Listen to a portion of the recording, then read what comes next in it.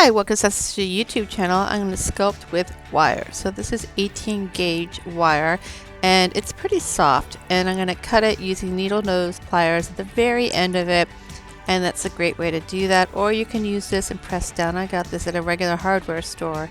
So galvanized wire is recommended, and at least 10 lengths I'm going to cut the same length.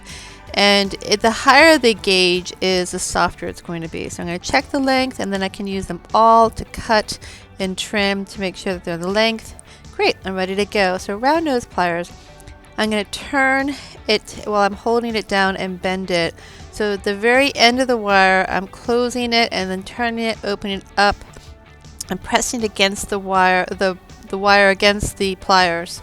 And yeah, so play with this for a little bit, get used to this until you like what you see, and your goal is to make an S. So if you put it on the same place of the needle nose plier, you're going to get the same size of a hole, if that makes any sense.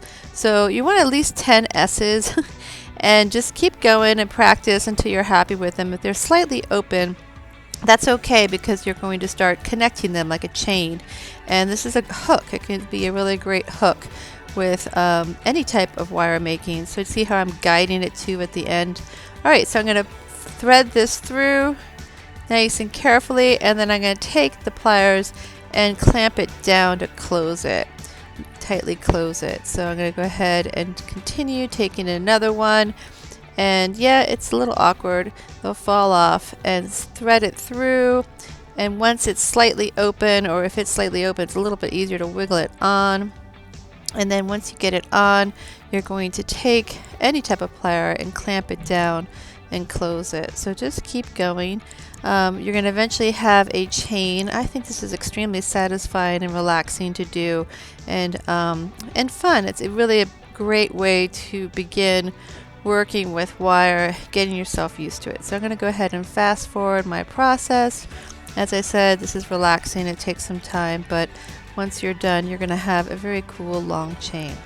Alright, so the concept of the hook is really important with wire, in my opinion, because you can start to attach things and make things come together. So I made a hook here, and then I've got my chain link there, and then I can start to have things hang or attach, and you can close your wire when you're ready.